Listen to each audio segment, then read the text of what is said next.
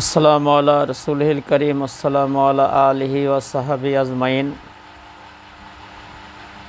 আল্লাহ পাকের পবিত্র দরবারে কালেমাত শুকর আদায় করি যে আল্লাহ তাআলা আমাদেরকে কঠিন একটা মুসিবত থেকে, কঠিন একটা জালিমের হাত থেকে এই জাতিকে রক্ষা করেছে। অনেক আমার কলেজার টুকরা সন্তানেরা, আমার কলেজার টুকরা মায়েরা বুকের তাজা রক্ত ঢেলে দিয়ে এরকম একটা জালিমের হাত থেকে আল্লাহ পাক আমাদেরকে রক্ষা করেছেন। সেই মহান রবের দরবারে কালেমাত শুকর আদায় করি আলহামদুলিল্লাহ। শত কোটি দরুদ ও সালাম নূরে মুজাসসাম সরকারে আলম আকাইনাম তাজদারে মদিনা, বিশ্ব মানবতার মুক্তির সনদ, মজলুম মানুষের মুক্তির দিশারি সেই নবীর রওজা মুবারকে অসংখ্য দরুদ ও সালাম সাল্লাল্লাহু আলাইহি সাল্লাম। প্রিয় দেশবাসী এবং দেশের বাহির থেকে যারা আমার চ্যানেলটি দেখতেছেন, আমি কথা বলতে পারতেছি না। এই করুণ দৃশ্যগুলো দেখে আমার ছেলে মেয়ে কলেজ ইউনিভার্সিটির লেখাপড়া করে, এই যে ফুলের মতো এত সুন্দর আমার কলেজার টুকরা সন্তানদেরকে, আমার কলেজার টুকরা মায়েদেরকে নির্মমভাবে তারা ন্যায্য অধিকারের কথা বলতেছিলেন, মেধার উপর যোগ্যতার উপর চাকরি হবে, এই কথাগুলোই বলতেছিলেন। তাদের কি অপরাধ ছিল? বলা যাবে না কথা, রক্ত দিয়ে পেলাম শালার এমন স্বাধীনতা। তাদের বুকে গুলি করে বুক ঝাঁঝরা করে দিল। দলমত নির্বিশেষে আপনি যদি মানুষ হন, আপনার ভিতরে যদি মানবতা থাকে, আপনার যদি কমন সেন্স থাকে, আপনি যেই দলেরই হন, আপনি তো একজন মানুষ, আপনার তো ছেলে মেয়ে আছে। সীমারের মতো, সীমারের দেলে যেরকম দয়া ছিল না, হুসাইন রাদিয়াল্লাহু তাআলা আনহুর বুকের উপর চলে যখন ধারর ছুরি দিয়ে রাসূলের নাথির মস্তকটা কেটেছিল কারবালার প্রান্তরে, তার চেয়েও মর্মান্তিক ঘটনা। আলী আসগর ছোট্ট শিশুকে পানি দিচ্ছিল না, ইজিতের সৈনিকেরা তীর মেরে ছোট্ট আলী আসগরের বুক ঝাঁঝরা করে দিয়েছিল, তার চেয়েও মর্মান্তিক ঘটনা আপনারা দেখেন, লক্ষ্য করেন। রেহাই পায় নাই 6 বছর 7 বছরের ছোট্ট পিতামাতার কলেজার টুকরা, তারা ডুকরিয়ে কান্না করতেছেন।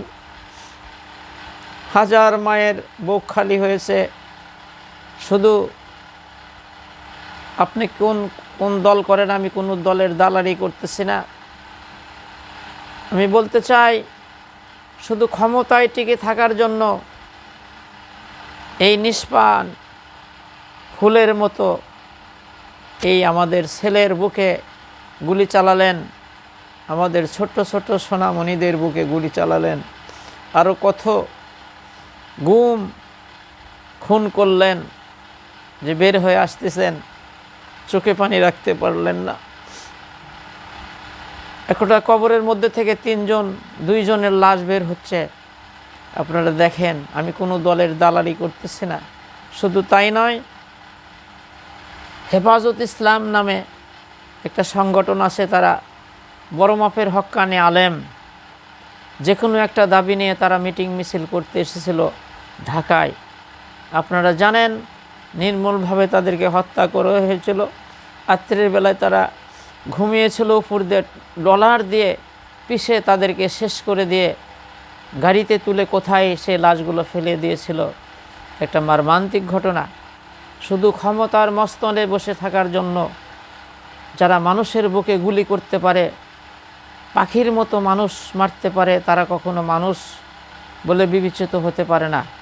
আপনি যে দলেরই হন না কেন, আমি কোনো দলের দালালি করতেছি না। আরও বিশেষ করে জামাত ইসলাম বা শিবিরের নাম শুনলেই তো অনেকের চুলকানি শুরু হয়ে যায়। তাদেরকে দেখতেই পারে না।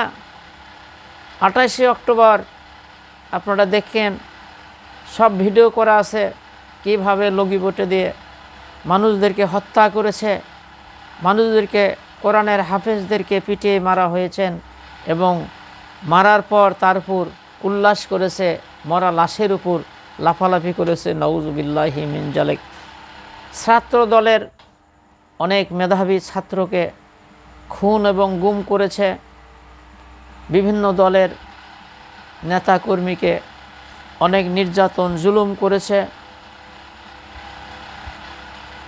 অনেক মায়ের বুক খালি করেছে।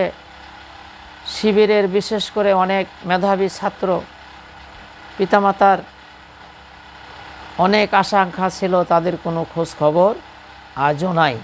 হাজার হাজার প্রিয় দেশবাসী এবং দেশের বাহির থেকে যারা আমার চ্যানেলটি দেখতেছেন, শুধু সরকার পরিবর্তন করলে হবে না, শুধু নেতার পরিবর্তন করলে হবে না, নীতির পরিবর্তন থাকতে হবে।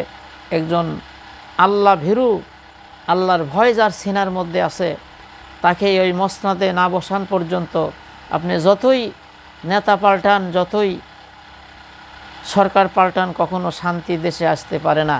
অনেক কথা আছে, আপনারা লক্ষ্য করে শোনেন। আল্লাহ পাক যদি আমাকে তৌফিক দান করে। আমি কোনো দলের দালালি করতেছি না, আমি একজন মানুষ হিসাবে, আমি একজন কিছু কোরআন হাদিস আমি বুঝি, সেই হিসাবে কিছু কথা বলতেছি। আমার ছেলে মেয়েও উচ্চশিক্ষিত, লেখাপড়া করে কলেজ ইউনিভার্সিটিতে অনেক উচ্চ শিক্ষিত হয়েছে ইনশাল্লাহ। আমার ছেলে একটা চাকরির জন্য গিয়েছিলেন, 20 লক্ষ টাকা ঘুষ চেয়েছিল। নাউজুবিল্লাহি মিন জালিক। প্রিয় আমার কলেজের টুকরা ছাত্র ছাত্রীরা, আমার মায়েরা, আমি আপনাদের খেদমতে আরজ করতে চাই, আপনারা যেভাবে সত্যের, হকের আন্দোলন করতে গিয়ে জীবন দিলেন, এটাই কিন্তু শেষ না। আরও আপনাদের অনেক কাজ আছে, আমার অনেক কথা আছে। চিন্তা করেন, একজন গরিব মানুষের একটা ছেলে লেখাপড়া করলো, রেজাল্ট ভালো হয়ে গেল, চাকরি করতে গেলে 20 লক্ষ 15 লক্ষ টাকা ঘুষ লাগে। যে কোনো সেক্টরে, আর্মি কন, পুলিশ কন, যেখানেই যান, সেনাবাহিনী বলেন, বিমান বাহিনী বলেন। আমি মনে করতেছিলাম এই সেক্টর বোধহয় ভালো ছিল, কিন্তু ওখানে 15 লক্ষ 20 লক্ষ টাকা ঘুষ লাগে। তাহলে আপনার এই লেখাপড়া বা এই মেধার কি দাম থাকলো? এই জন্যে আমার সোনামণিরা, আমার কলেজার টুকরা, নয়নের পুতুলি, আমি চোখে পানি রাখতে পারি নাই। আমি দেখলাম আমার ছোট্ট মেয়ে অনার্সে লেখাপড়া করে, আমার মেয়ের মতোই চেহারা, এরকম কয়েকটা মেয়েকে বুকে গুলি করে শেষ করে দেওয়া হয়েছে এই সেমারের গোষ্ঠী। এরা কখনো মানুষ বলে বিবেচিত হতে পারে না। শুধু পুলিশ নয়, তাদের সাথে আরও আমরা তো দেখেছি, ইউটিউবে দেখেছি, খবরে দেখতেছি, তাদের সঙ্গে আরও লাঠিয়াল বাহিনী ছিল। তারা কিভাবে আমাদের মা, আমাদের ছেলেদের উপর নির্যাতন করতেছে, মারতেছে। আর পুলিশ কিভাবে তাদের উপর টর্চারিং করতেছে। সাধারণ মানুষ পাও ধরে কাকুতি মিনতি করতেছে, তাকেও ছাড় দেওয়া হচ্ছে না, মারা হচ্ছে, তাকে অ্যারেস্ট করা হচ্ছে, কোথায় নিয়ে যাওয়া হচ্ছে, টর্চারিং করা হচ্ছে, তাকে রিমান্ডে নিয়ে যাওয়া হচ্ছে। একটা সাধারণ পাবলিক একে কি বলে স্বাধীনতা? একে কি স্বাধীনতা বলে? কথা বলতে পারবে না, মিটিং মিছিল করতে পারবে না, এটা কি স্বাধীনতা? মুখ দিয়ে স্বাধীন স্বাধীন করে তো মুখে ফেনা তুলে ফাল দিলেন। স্বাধীন শব্দের অর্থ জানেন মিয়া? লেখাপড়া জানেন? স্বাধীন বলতে কি বোঝায়? সবার অধিকার আদায়ের জন্যে সবাই কথা বলতে পারবে, মিটিং করতে পারবে, মিছিল করতে পারবে, দল করতে পারবে, এর নামই হলো স্বাধীনতা। সবার মনের আবেগ প্রকাশ করতে পারবে, সবার অধিকার সমান থাকবে, কোনো দলীয়করণ করা যাবে না। একজন সরকার যখন হবে, তার কাজ হলো, দল তো বিরোধী দল বিভিন্ন থাকবে, কিন্তু সবাইকে সমান চোখে দেখতে হবে।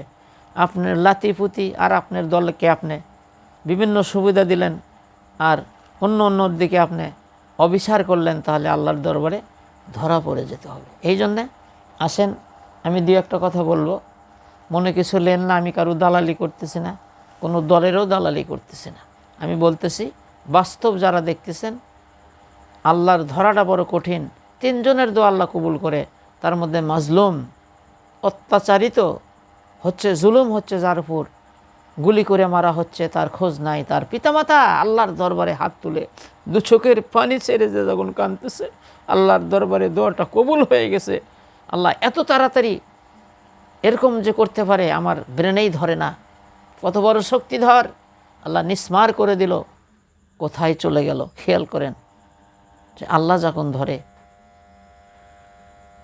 প্রিয় মা ও বোনেরা, আমার কলেজার টুকরা ছাত্র বাপজানেরা, আমার কলেজার টুকরা মায়েরা, আপনারা লেখাপড়া করবেন, সুন্দর রেজাল্ট করবেন, কিন্তু চাকরি নাই। কোথায় যাবেন? এই আবক বলেরা 10 লক্ষ 15 লক্ষ টাকা ঘুষ খাচ্ছেন। কোন অফিসে যাবেন, কোথায় যাবেন, সেখানেই ঘুষ। আপনাদের আমি অভিভাবক হয়ে, আমিও স্টুডেন্ট, আমিও ছাত্র পিতা, আমার মেয়ে আমার ছেলেও অনেক উচ্চ শিক্ষিত। আমি সবাইকে অনুরোধ করব, এই আবক বল আপনাদেরকে আরও আন্দোলন করতে হবে। এই শয়তানদেরকে, এই যারা ঘুষ খায় লক্ষ লক্ষ টাকা, এদেরকে জ্যান্ত কবর দিতে হবে, তাহলেই দুনিয়া শান্তি হবে। তাছাড়া এই সরকার পরিবর্তন করে কোনো কাজ হবে না। আমার বয়স তো মোটামুটি 65 বছর। আমি তো দেখলাম এই যে বিভিন্ন স্কুল আছে, কলেজ আছে, এখানে সভাপতি হয়, কমিটি হয়, একটা শিক্ষক নিয়োগ দিল মাদ্রাসাতে। আমি বলতেছি এই যে দাখিলি মাদ্রাসা বা ফাজিল মাদ্রাসা বা কামিল মাদ্রাসা, এখানে একটা শিক্ষক নেবে। এই হুজুরেরা এরা কি ধরনের আলেম আমার ব্রেনে ধরে না। এরা ওদের সাথে তাল মিলাইয়া 15 লক্ষ 20 লক্ষ টাকা ঘুষ নিচ্ছে। নাউজুবিল্লাহি মিন জালিক। এদেরকে যদি আপনি উৎখাত না করতে পারেন, যত সরকারি অদবদল করেন ঘুষখোর, এই আবক বলকে যদি আপনারা, আমার কলেজার টুকরা ছাত্ররা, আমার কলেজার টুকরা মায়েরা যারা লেখাপড়া করেন, এগুলোকে যদি আপনারা দমন না করতে পারেন, কোশ্চিনকালেও দেশ ভালো হবে না। 15 লক্ষ 20 লক্ষ টাকা লাগে মাদ্রাসাত। এই হুজুরগুলা কেমন, এরাও ওদের সঙ্গে তাল মিলাইয়া কি বলেন, বাবা শাহজালাল সব হালাল, যেখানেই যাবেন ঘুষ। তাহলে আপনি এই যে এতদিন লেখাপড়া করে, এত মেধা খাটিয়ে, এত কষ্ট করে, পিতামাতা অনেকের গরিব পিতামাতা কামলা দিয়ে ইস্কা চালায়ে কত কষ্ট করে না খেয়ে সন্তানকে লেখাপড়া করালো, আর চাকরি করতে যখন যাবে, ইন্টারভিউ দিতে যাবে, নিয়োগ দিল, লোক নেবে 10 জন, কয়শো লোক ইন্টারভিউ দিল। দেওয়ার পর যাদেরকে নেওয়া হবে, মাল তো আগে লিছে, কি কন, আপনার মেধার কোনো দাম নাই। এদেরকে ধরেন, আরও আপনাদেরকে আন্দোলন করতে হবে, এদেরকে বেছে বেছে বের করতে হবে, তাহলেই দেশটা শান্তি হবে, তাহলেই মেধার দাম থাকবে। তাছাড়া যতই আপনি সরকার পরিবর্তন করেন, কোনো কাজ হবে না। এই ঘুষখোর, এই আবক বলতে যতক্ষণ পর্যন্ত আপনারা দমন না করতে পারেন, এদেরকে বলি না দিতে পারবেন, ততদিন দেশ কখনো শান্তি হবে না। চেয়ার বদল হবে, কিন্তু দেশ শান্তি হবে না। আর একটা কথা হলো, কোরআন কমপ্লিট কোড অফ লাইফ। আর কোরআনের আরেকটি নাম হলো ফুরকান। ফুরকান অর্থ হলো সত্য মিথ্যর পার্থক্যকারী। আর কোরআনের ফয়সালা বা কোরআনের বিচার যতদিন না হবে, আপনি যত বড়ই সরকার নিয়ে আসেন, যত বড় জাল নিয়ে আসেন, কখনো মানুষকে শান্তি দিতে পারবেন না। আল্লাহর জাতের কসম করে বলতে পারি, সরকার পরিবর্তন হবে, চেয়ার পরিবর্তন হবে, কিন্তু শান্তি হবে না। এই জন্যে আমার কলেজার টুকরা, কলেজ ইউনিভার্সিটিতে যারা লেখাপড়া করেন, আমি অত্যন্ত, আমার বাপজানেরা, আমার কলেজার টুকরা মায়েরা, আমি অত্যন্ত শ্রদ্ধা করি। আমিও গরিব মানুষ, আমিও অনেক কষ্ট করে আমার ছেলে মেয়েকে আমি লেখাপড়া করেছি। আমার ছেলে তো ওই যে সরকারি একটা চাকরির জন্য গিয়েছিল, 20 লক্ষ টাকা ঘুষ চেয়েছিল। আমি বললাম, বাবা এগুলোর দরকার নাই, তুমি কোম্পানিরই চাকরি করো। যাই হোক, মোটামুটি আল্লাহ রব্বুল আলামিন আমাকে ভালো একটা, আমার ছেলেকে চাকরি বেসরকারি আল্লাহ পাক একটা দান করেছেন। কিন্তু এই যে আবক বলগুলো, আর দেখেন, আমি দেখেছি, আমার বয়স তো মোটামুটি ভালো, আমি তো বিভিন্ন চ্যাপ্টারে যাই, দেখি এই যে রাস্তাঘাটে পুলিশ গাড়ি ধরতেছে, মোটর সাইকেল ধরতেছে, ধরে জড়ো করতেছে, কিছুক্ষণ পর 500,000 করে টাকা নিচ্ছে, ছেড়ে দিচ্ছে। নাউজুবিল্লাহি মিন যালিক। এই দেশ কেমন করে ভালো হবে আমাকে বুঝান। গাড়ির যদি কাগজপাতি না থাকে থানায় নিয়ে যান, তার নামে কেস দেন, কাগজপাতি করুক, 5-7টা করে জোগাইয়া কিছুক্ষণ পর টাকা নিচ্ছে আর গাড়িগুলো ছেড়ে দিচ্ছে। কারণ এই দেশ কেমনে ভালো হবে? গাঁজা বেচতেছে, মদ বেচতেছে, পুলিশ এসে টাকা নিয়ে যাচ্ছে। আল্লাহর জাতের কসম করে বলি, একটা কথা বললে যেন মিথ্যা কথা বললে আল্লাহ আমার জবান, এগুলোকে যদি বন্ধ না করা যায়, আপনি যতই সরকার পাল্টান কাজ হবে না। এগুলো কারা করতেছে? বিভিন্ন প্রতিষ্ঠানে সরকার অজবদল হয়ে বিভিন্ন বড় বড় স্কুল কলেজের সভাপতি হচ্ছে, কমিটি হচ্ছে, তারপরে একটা করে কি বলেন শিক্ষক নিবে। গরিব মানুষ 20 লাখ 25 লাখ টাকা কোথায় পাবে? একটা পিয়নের চাকরি নিতে, একটা নাইট গার্ডের চাকরি নিতে 10 লক্ষ টাকা লাগে। আমি নিজে চোখ দিয়ে দেখা কথা। এটা কি দেশ? এটা স্বাধীনতা?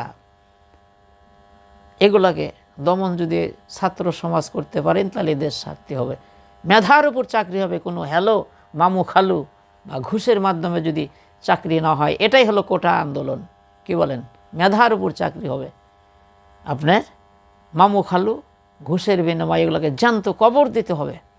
আপনি এত লেখাপড়া করলেন, আপনার বাপ এই যে রংপুরের আবু সাইদ, কি বলেন গরিব মানুষ কিন্তু অত্যন্ত মেধাবী ছেলে, উনি অন্যায়ের প্রতিবাদ করেছিলেন, নেতৃত্ব দিচ্ছিলেন, কিন্তু মসনদের চেয়ারকে আঁকড়ে ধরার জন্য মনে করেছিলেন যে কিছু ছাত্র ছাত্রীকে গুলি করে মারলেই মনে হয় আমার কি চেয়ার ঠিক থাকবে। কিন্তু আল্লাহ যখন ধরে, এই মাজলুমের দোয়া আল্লাহ সঙ্গে সঙ্গে কবুল করে। কত বড় লাঞ্ছিত করে আল্লাহ পাক, বঞ্চিত করে, অপমানিত করে গোটা পৃথিবীর মানুষ যারা দেখতেছে তারা সি সি করতেছে, থুতা মারতেছে। আমি কোনো দলের দালালি করতেছি না। দেখেন বঙ্গভবনে মানুষগুলো কিভাবে ঢুকে ছবিগুলো থুতা দিচ্ছে, কেউ পেশাব করে দিচ্ছে, কেউ লাথেচ্ছে। কি কোন ছবিগুলোর মানুষ এতই ক্ষিপ্ত হয়ে গেছে। কি বলেন? এটা কার ইচ্ছা? আল্লাহর ইচ্ছা। মাজলুম যখন আল্লাহর দরবারে হাত তুলে, এই যে কত বাবা মার বুক খালি করে দিলেন, তারা আর্তনাদ করতেছে, গোটা পৃথিবী দিলে। সন্তানের বেদনা, সন্তানের যে হারানের একটা জ্বালা, অল্প বয়সে ফুলের মতো আমার মায়েরা, আমি দেখলাম আমার মেয়ের মতোই দেখা যায় চেহারা। এই মেয়েটাকে বুকে গুলি করেছেন। তারা বলতেছে আমরা তো কারো কোনো অত্যাচার করি নাই, জুলুম করি নাই, আমরা এসেছি আমাদের দাবি আদায় করার জন্য। আমাদেরকে গুলি করেন কেন? আমাদেরকে হস্তাহস্তি করতেছেন কেন? অন্য ধরে দেখেন, আমি দেখছি, লক্ষ্য করছি, একটা পুলিশ কত বড় জানোয়ার আমার ওই মায়ের রন্না ধরে টানতেছে, তাদের সাথে টর্চারিং করতেছে, কত বেয়াদবি করতেছে। আমার প্রিয় ছাত্র বাপজানেরা, আমার মায়েরা যারা বিভিন্ন নেতৃত্ব দিচ্ছেন, আমি আপনাদের হাতে ধরি, পায়ে ধরি। আপনাদের আন্দোলন কিন্তু শেষ হয় নাই, আরও আপনাদেরকে এগিয়ে যেতে হবে। এই আবেগ বল, সরকার পরিবর্তন করেন, সরকার বানান সমস্যা নাই, কিন্তু ভালো একটা মানুষকে ওখানে বসাইতে হবে। আপনি ট্যাঙ্কির মধ্যে যদি পচা দুর্গন্ধ কোনো ইঁদুর বাদর পড়ে থাকে, আপনি ওই ট্যাঙ্কির পানি দিয়ে যদি ওযু করেন আর যতই দোয়া করেন, কোরআন খতম করেন, কি কন, কোনো দিনও পানির দুর্গন্ধ যাবে না। কিন্তু ট্যাঙ্কির মধ্যে থেকে একে নাপাকটাকে ফেলে দিতে হবে। আপনি যতই সরকার পাল্টান, যদি ভালো একটা মানুষকে ওই মসনদে না বসাতে পারেন, তাহলে কখনো দেশে শান্তি আসতে পারে না। এই নীতিগুলো শেষ করে দিতে হবে, এদেরকে একদম খতম করে দিতে হবে। যারা কোটি কোটি টাকা মানুষের আত্মসাৎ করে, গরিব মিসকিনের টাকাগুলো মেরে ধরে খায়, বিশেষ করে যে ঘুষ। আপনারা যে আন্দোলন করতেছেন, আমার প্রিয় ছাত্র বাপজানেরা, আমার কলেজার টুকরা মায়েরা, আপনারা যে আন্দোলন করতেছেন, আমি কিছু বুঝি, কোঠা আন্দোলন করতেছেন যে এত কোঠা আমাদের চাকরি দিতে হবে, আমি মেনে নিলাম, দিলাম, কিন্তু ঘুষ, কোঠা দিয়ে দিলাম কিন্তু চাকরি করবার যায় আপনার ঘুষ দেওয়া লাগতেছে, তাহলে এই কোঠার কোনো দাম আছে?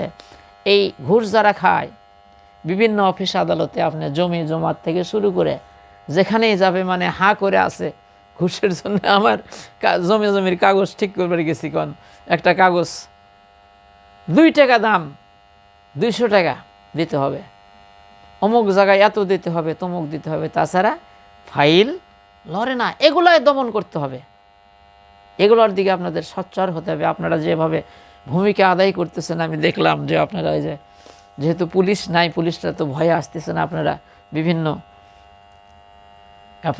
ট্রাফিকের দায়িত্ব পালন করতেছেন এই যে রৌদ্রের মধ্যে। আল্লাহ আপনাদেরকে হেফাজত করুক। আমি যে কথাটা বুঝাইতেছিলাম, এই যে ঘুষ, পুলিশ হলো আমাদের বডিগার্ড, আমাদেরকে দেখাশোনা করবে। এই পুলিশ যদি ঘুষ খায়, পুলিশ যদি আমাদের বুকে গুলি করে, আপনি কার কাছে নিরাপদে থাকবেন? কি বলেন? এই মদ, গাঁজা, হিরোইন এগুলো যারা বিক্রি করে, মাসে মাসে পুলিশে টাকা না দিলে ধরে নিয়ে যায়, আমার নিজে চোখ দিয়ে দেয় কথা। তাহলে এই দেশ কেমনে ভালো হয়? এই দেশ আপনি মাদক মুক্ত কেমনে করবেন? কি বলেন? কোনো নেতা কি এই ব্যাপারে পদক্ষেপ নিছে? এই যে রাস্তার মধ্যে সিএনজিগুলো ধরে গরিব মানুষ, এই যে অটো সিএনজি ধরে ধরে এই যে 2500-2600 করে টাকা নিচ্ছিলেন। আমি একদিন যাচ্ছিলাম, দেখি একটা স্কলার পকেটের মধ্যে 250 টাকা ছিল, পুলিশ 250 টাকাটাই তুলে নিয়েছে, বেচারা কান্না করতেছে। আমি তো অনেক কিছু জানি, কিন্তু আমার হাতে তো কোনো ক্ষমতা নাই। অনেক কথা বলছি, আমি নেতাদেরকেও বলছিলাম যে এই ঘটনা, গরিব মানুষের উপর অত্যাচার করতেছে, জুলুম করতেছে, কি চাঁদাবাজি, ধান্দাবাজি কি করতেছে এগুলা। নেতার কোনো খবর নাই, নেতা রঙিন চশমা চোখে দিয়া এসি ঘরের মধ্যে বসে আছে, গরিব মরুক, রাস্তাঘাট কি অবস্থা। এগুলার খবর নিতে হবে। কেউ যদি গরিবের 1 টাকা মেরে খায়, আল্লাহর জাতের কসম পার পাবেন না। এই জন্য প্রিয় আমার কলেজার টুকরা ছাত্র এবং আমার মায়েরা যারা কলেজ ইউনিভার্সিটিতে লেখাপড়া করেন, আপনারা একটা ভালো উদ্যোগ নিয়েছেন, কিন্তু পয়েন্ট হলো এগুলা, আপনি যতই সরকার বদল করেন, কিন্তু এই ঘুষ যদি, এগুলা চাঁদাবাজি, টেন্ডারবাজি যদি বন্ধ না করতে পারেন, তাহলে কখনো আপনার দাবি আদায় হবে না। আপনারা খুবই খেয়াল করেন যে আপনি ইন্টারভিউ দিতে যাচ্ছেন, কি কন 20 জন লোক নেবে, যাচ্ছেন হলো 500 জন। এখন যাদের থেকে টাকা পয়সা নিছে, ঘুষ নিছে, তারাই চাকরি পাবে। আপনার মেধার কোনো, ইন্টারভিউর কোনো দামই নাই। এটা কি দেশ? এটা কি স্বাধীন দেশ? একে কি মানুষ বলে? এ লেখাপড়ার কী দাম আছে? লম্পট বদমাইশ, রেজাল্ট ভালো না, লেখাপড়া করতে পারে না, ঘুষ দিল, মামু খালো, হ্যালো করলো, শেষ। আগেই তো মাল খাচ্ছে, কি কন? মাল তো আগেই খাচ্ছে। কোন চ্যাপ্টারে যাবেন? সেনাবাহিনী থেকে শুরু করে বিমান বাহিনী, যত বাহিনী আছে, পুলিশ বাহিনীর থেকে আমি জানি, মোটামুটি জানি। এখানে এইবার এগুলো চলতেছে 15 লাখ, 20 লাখ। কি বলেন? ও আমার কলেজার টুকরা বাপজানেরা, ও আমার মায়েরা, আপনাদেরকে আরও সোচ্চার হতে হবে, আপনাদেরকে আরও সচেতন হতে হবে। কিছু নিরীহ ছাত্র আছে, এই যে কলেজ ইউনিভার্সিটির নেতা সাজে, তারা তো কি বলেন, কিন্তু যারা নিরীহ, যারা অসহায়, তাদের ভাগ্যে তো কিচ্ছুই নাই। এই জন্যে প্রিয় ছাত্র বাবাজিরা, আমার কলেজের টুকরা মায়েরা, আপনারা সজাগ হন, গরিব মিসকিনের উপর ইনসাফ করা শেখেন। আর যারা ক্ষমতার মস্তনদে বসবেন, ক্ষমতা কিন্তু বেশি দিন থাকে না, যে কোনো মুহূর্তে আপনাকে কবরে যেতে হবে। আপনি যদি জনগণের 1 টাকা মেরে খান, যদি ইনসাফ করেন, অবিচার করেন, কেউ কোন দলের এটা দেখা নেই, আপনি যখন ক্ষমতায় যাবেন সকলকে এক চোখেই দেখতে হবে। কি বলেন? দল তো থাকবেই, বাকশাল বা একদলীয় করা যাবে না। আমি লক্ষ্য করছি যে বিভিন্ন দলের, কি বলেন, এগুলো করা যাবে না। এই যে লুটপাট, এগুলা করা যাবে না। মানুষের জিনিসপাতি এগুলো নেওয়া যাবে না, অন্যায় করা যাবে না। যদি কেউ অন্যায় করে থাকে, তার বিচার আছে। কি বলেন? আপনি বিচার করবেন, তাকে শাসন করবেন। তার যদি, আরে যারা এই যে মানুষের হক নষ্ট করেছেন, যারা আমাদের কলেজার টুকরা ছাত্র ছাত্রীদের বুকে যারা গুলি করতে বলেছেন, সত্য প্রমাণ করে তাদেরকে আইনের আওতায় নিয়ে যান। কেউ যেন রেহাই না পায়, কেউ যেন ছাড় না পায়। এই জন্যে আমি দেখেছি এই যে কোঠা আন্দোলন বা মেধার আন্দোলনে দলমত নির্বিশেষে সবাই নেমেছিলেন ময়দানে। এই দৃশ্যগুলো দেখে কচি কচি শিশুর বুকে গুলি করেছেন, ছাত্রর বুকে গুলি করেছেন। এগুলো দৃশ্য দেখে কেউ ঠিক থাকতে পারে নাই, সবাই নেমে পড়েছে মাঠে। আমি তো লক্ষ্য করে দেখি মা ও বোনেরা ঝাঁটা নিয়ে লাঠি নিয়ে ময়দানে নেমে পড়েছে। এই জালিম শাসকের পতন চাই, পতন চাই। তারা কিচ্ছু দেখে নাই, তারা দল দেখে নাই, বিএনপি দেখে নাই, জামাত দেখে নাই, আওয়ামী লীগ দেখে নাই, জাতীয় পার্টিতে কোনো পার্টিই তারা দেখে নাই। তারা দেখছে এই জালিমকে আর ক্ষমতায় রাখা যায় না। এই জন্যে প্রিয় দেশবাসী এবং দেশের বাহির থেকে যারা দেখতেছেন, আমি সবাইকে অনুরোধ করব, কারো উপর কোনো অত্যাচার জুলুম করা যাবে না। রাসূল বলেছে, হক কথা যে না বলে সে হলো বোবা শয়তান। আর আপনার সামনে অন্যায় হবে আর মসজিদের বসে থেকে আপনি খালি জিকির করবেন, এর নাম ইসলাম না। আপনাকে হক কথাগুলো বলতে হবে, অন্যায়ের প্রতিবাদ করতে হবে। আমাদের কলেজার টুকরা ফুলের মতো আমাদের ছেলে, আমাদের মেয়ে বুকে গুলি করতেছে, তাদেরকে নির্মমভাবে হত্যা করতেছে, আর আপনি মসজিদের মধ্যে বসে থেকে জিকির করবেন? মিয়া, এর নাম কি ইসলাম? এর নাম ইসলাম না। রাসূল সারাটা জীবন অন্যায়ের প্রতিবাদ করেছে। কত জুলুম, কত নির্যাতন আল্লাহ রাসূল সহ্য করছেন। সাহাবায়ে কেরাম রিদওয়ানুল্লাহি তাআলা আজমাইনদের জীবনী পড়ে দেখেন, হকের দাওয়াত দিতে গিয়ে, হক কথা বলতে গিয়ে সাহাবায়ে কেরাম রিদওয়ানুল্লাহি তাআলা আজমাইনের কাফের বেঈমানেরা, নাস্তিকবাদীরা, জালিমেরা লোহার শিক দিয়ে চোখগুলো তুলে নিয়েছে, লোহার চিরুনি দিয়ে গায়ের চামড়াগুলো, গায়ের গোস্তগুলো আশ্রয় আশ্রয় নামেছে। রাসূলকে কত কষ্ট দিয়েছে। বিশ্বনবী জনাবে মুহাম্মদুর রাসূলুল্লাহকে শান্তি মতো এদেশে থাকতে দেয় নাই। রাসূল হিজরত করে মদিনায় চলে গেলেন। রাসূল একটা রাষ্ট্রের নায়ক হয়ে গেলেন। রাসূল বললেন, আমার যুগ হলো সর্বশ্রেষ্ঠ যুগ। আবু জেহেলের হাতে ছিল খানায় কাবার চাবি। আল্লাহর নবী যখন মদিনায় যে রাষ্ট্রপতি হয়ে 10,000 সৈন্য নিয়ে যখন আবার মক্কায় আসলেন, মক্কা বিজয় করলেন, আল্লাহ রাসূলের হাতে চাবি দিয়ে দিলেন। কে কোন দিক দৌড়ালো, পালালো, কুল কেনারা পালো না, এটা তো আপনারা কয়েকদিন আগেই দেখেন আল্লাহ যখন মানুষকে বেইজ্জতি করে, কেউ তাকে আর রক্ষা করতে পারে না। আর একটা কথা হলো যে আপনি যত হকের উপর যদি আপনি না থাকেন, আপনি হলেন বোবা শয়তান। হক কথা যদি না বলেন, ইনসাফের কথা যদি না বলেন, ন্যায় নীতির কথা যদি না বলেন, অন্যায়ের প্রতিবাদ যদি আপনি না করেন, তাহলে আপনি হলেন রাসূলের ভাষায় বোবা শয়তান। আপনি মুসলমান না, আপনি বোবা শয়তান। আপনার পাগড়ি থাকতে পারে, জুব্বা থাকতে পারে, আপনার হজ থাকতে পারে, জাকাত থাকতে পারে, তাহাজ্জুদ থাকতে পারে, কিন্তু রাসূল বলছে যে হক কথা না বলে, হক প্রতিষ্ঠিতর আন্দোলন না করে, সে হলো বোবা শয়তান। মানে অন্যায় দেখলে আপনাকে উঠে দাঁড়াতে হবে। এটা হলো মুমিনের বৈশিষ্ট্য। একজনকে মারতেছে, আপনি চুপ করে সুবহানাল্লাহ সুবহানাল্লাহ করে যাচ্ছেন, এর নাম মুসলমান না। মুসলমান হলো সিংহের জাতি। ও আমার কলেজার টুকরা বাপজানেরা, ও আমার কলেজার টুকরা মায়েরা, এক লোক হরিণ শিকার করতে যেয়ে একটা বাঘের বাচ্চা ছোট্ট নিয়ে এসেছিলেন, জঙ্গল থেকে নিয়ে এসে তার বাড়িতে কতগুলো ভেড়া ছিলেন। ওই ভেড়ার মধ্যে ওই বাচ্চাটাকে রেখে দিলেন। ওই ভেড়ার দুধ খেয়ে খেয়ে বাঘটা বড় হয়ে গেলেন। এখন ওই ভেড়ায় গুঁতো মারে, ওই বাঘটা চিত্তর হয়ে পড়ে যায়, আল্লাহর কাছে প্রার্থনা করে, আল্লাহ আমাকেও একটা শিং দাও, আমি যেন একটা গুঁতো মারতে পারি। ওই যে বাঘ, সেটা তো আর জানে না, বাঘ মনে করছে আমি ওই ভেড়া।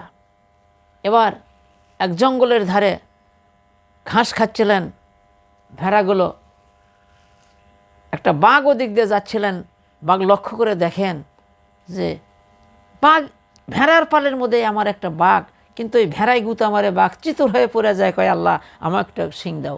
তো এবার ওই বাঘ হুঙ্কার মেরে ভেড়ার পালের মধ্যে ভেড়াকে না ধরে ওই বাঘটাকে ঘাড় ধরে জঙ্গলের মধ্যে নিয়ে যায়, বলতেছে, এই তুই না বাঘ? কয় না আমি ভ্যা। কয় না তুই বাঘ।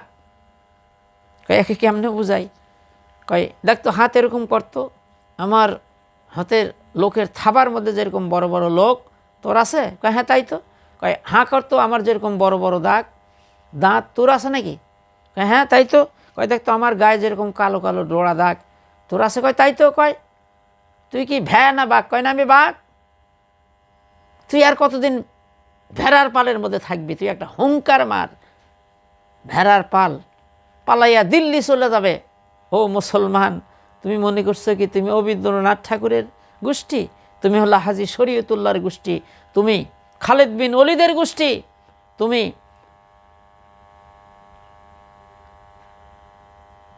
ইমাম গাজ্জালির গোষ্ঠী, তুমি হাজী এমদাদুল্লাহ মহাজির মক্কির গোষ্ঠী, তুমি আবু বক্করের বংশধর, তুমি ওমরের বংশধর, তুমি খালেদ বিন ওলিদের বংশধর। আর কতদিন ভেড়ার পালে থাকবা? একটা হুঙ্কার মারো, ভেড়া পালাইয়া কুল পাবে না। ও মুসলমান, তুমি না মুসলমান? তোমার গায়ে কার রক্ত? কি করতেছো তুমি? অন্যায়ের প্রতিবাদ করো না। কোন দল করতেছো, কি করতেছো, কোন দিকে স্লোগান দিচ্ছ? আসো কোরআনের দিকে, ইসলামের দিকে বাহাদুরি করতে পারবা। কয়দিন বাজবারে যুবক? ওমর ফারুক ছিলেন অন্যায়ের জম, সতীত্ব হরণের জম। ওমর যখন কালেমার পতাকা, কালেমা পরে নিয়ে ইসলামের ছায়া তলে আসলেন, ওমর হয়ে গেলেন সতীত্ব রক্ষার জম। ওমর হয়ে গেলেন মালের পাহারাদার। আল্লাহর নবী বলেন, আমি ইসলাম স্টেট যখন কায়েম করলাম, শত শত মাইল আমাবস্যার রাত্রে একটা যুবতী মেয়ে হেঁটে যাবে, ওই মেয়েটার কলেজার মধ্যে একমাত্র আল্লাহর ভয় ছাড়া কোনো ভয় থাকবে না। প্রিয় যুবকেরা ও আমার কলেজার টুকরা মায়েরা, যারা লেখাপড়া করেন, যারা যুবকই পারে একটা সমাজকে পরিবর্তন করে দিতে পারে, তারা বিপ্লব করে রাসূলকে যত সহযোগিতা করেছিল সব হলো যুবক, আর যত বিরোধী করেছিল সব হলো বৃদ্ধ। এই জন্যে আপনারাই পারেন একটা সমাজকে পরিবর্তন করে দিতে। এই জন্যে যারা সুদ খায়, ঘুষ করে, বিশেষ করে ঘুষ, মানে বিভিন্ন অফিস আদালতে বিভিন্ন সেক্টরে যারা আবক বলের মতো বসে আছে, এগুলো আপনার তথ্য নেন, নিয়ে এদেরকে আগে ফাঁসি দেন, তাহলে দেখেন দেশ ঠান্ডা।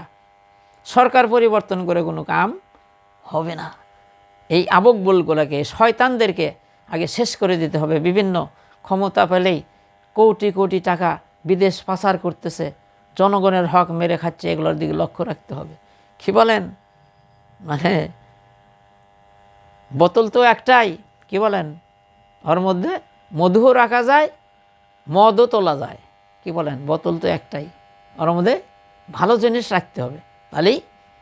আর আমি যে কথাটা উদাহরণ দিলাম, যে এই যে ট্যাঙ্কির মধ্যে যদি একটা ইঁদুর পচে দুর্গন্ধ হয়ে যায়, আপনি যতই খতম দেন, যতই ধোয়া করেন, পানি কিন্তু দুর্গন্ধ যাবে না। আগে ওই ট্যাঙ্কির মধ্যে থেকে ওই পচা ইঁদুরটাকে ফেলে দিতে হবে, তাহলেই ট্যাঙ্কির পানি পবিত্র হবে, ভালো হবে। সেটাই হলো সংসদ ভবন। ওখানে যদি ভালো মানুষগুলোকে আপনি সেট করতে পারেন, ভালো মেধাবী ছাত্র, যারা ভালো, যাদের চরিত্র ভালো, যারা জ্ঞানী, মানুষের এক টাকা মেরে ধরে খাবে না, মানুষের অন্যায় করবে না, নারীর ইজ্জতের হেফাজত করবে, এদেরকে বসান, ভালো মানুষকে বসান। আমার দাবি হলো ওরা ছাত্র সমাজের কাছে, তাহলেই দেখবেন গোটা দেশ সুন্দর হয়ে যাবে। ঘোষণা হয়ে যাবে, কোনো অফিসার যদি ঘুষ খায় তাকে ফাঁসি দেওয়া হবে। সত্যি প্রমাণ হয়ে গেলে সরকারিভাবে ঘোষণা হবে যে বেতন খাওয়ার পরে যদি কেউ ঘুষ খায়, সাক্ষ্য প্রমাণ হয়ে গেলে তাহাকে ফাঁসির কাস্টে ঝোলায় রাখা হবে। কোনো পুলিশ অফিসার যদি ঘুষ খায়, ওসি সাহেব যদি ঘুষ খায়, সাক্ষ্য প্রমাণ হয়ে গেলে তাকে ফাঁসির কাস্টে ঝোলানো হবে। কি কন? ঘুষ আর খাবে? কি বলেন? কেউ যদি জেনা করে তাহাকে শেষ করে দেওয়া হবে, যত বড়ই লুচ্চা হোক, জেনার কথা শুনলে 14 গ্লাস পানি খাবে মিয়া। কি বলেন? এগুলা যদি আইন পাশ করে সংসদ ভবন থেকে, দেশ 24 ঘন্টার মধ্যে ঠান্ডা হয়ে যাবে ইনশাল্লাহ। কিন্তু এখানে মূল কথা হলো শস্যে দিয়ে ভূত ছাড়ামো। শস্যের মধ্যে যদি ভূত থাকে, কি কন?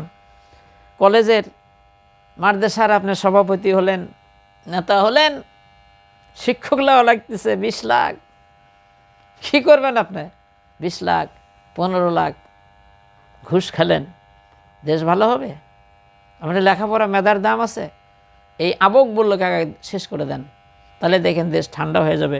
প্রিয় ছাত্র বাপজানেরা, আমার কলেজার টুকরা মায়েরা, আপনাদের বেদনা আমি বুঝি। আমি এগুলো দৃশ্য দেখে আমি চোখের পানি রাখতে পারি নাই। দলমত নির্বিশেষে একটা মানুষ হয়ে ক্ষমতার জন্যে একটা শিশুর বুকে কেমনে গুলি করতে পারে, অর্ডার দিতে পারে, আমার মাথায় কাজ করে না। আমি এগুলো দৃশ্য দেখে আমি ঘুমাইতে পারি না, আমি ভাত খাইতে পারি না। ফুলের মতো মেয়ে তারা হকের দাবির আন্দোলন করতেছে, এটা কি স্বাধীনতা? তাদের বুকে গুলি মেরে দিচ্ছেন। কত অত্যাচার, জুলুম, আরও কত লাশ, খুন, গুম হয়ে গেছে হাজার হাজার মানুষ বিভিন্ন দলের। এটা কি স্বাধীনতা? দল তো মেলাই থাকবে। আল্লাহ পাক আমাদেরকে এগুলো গজব আযাব থেকে আল্লাহ বাঁচাইছেন। এই যে মাজলুমের দোয়া আল্লাহ কবুল করে। আমি দেখেছি আত্মনাদ, কত মা হাহাকার করতেছে, কান্না করতেছে, কার কাছে বিচার চাবে? আল্লাহর কাছে তারা ফরিয়াদ করতেছে। আল্লাহ বলে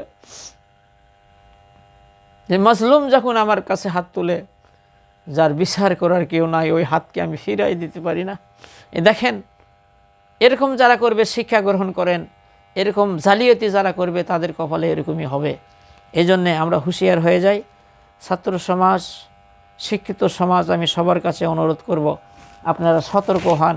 খালি মসজিদে যায় নামাজ পড়া কপাল ক্ষয় করলেন, আপনার সামনে এত বড় অন্যায় করতেছে, এত বড় জুলুম করতেছে, ওইদিক তাকায় একটু দেখলেন না যে কী করতেছে, কী করতেছে, ওখানে মারতেছে, ওখানে কি অন্যায় করতেছে, ওইদিকে আপনি তাকালেন না।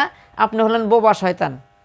রাসূলের ভাষায় আপনি হক কথা বললেন না, একটা ন্যায় নীতির দিকে আপনি একটা কথা বললেন না, আপনি হলেন বোবা শয়তান। আল্লাহ পাক আমাদেরকে এই বোবা শয়তান থেকে হেফাজত করুক। আসসালামু আলাইকুম ওয়া রাহমাতুল্লাহ।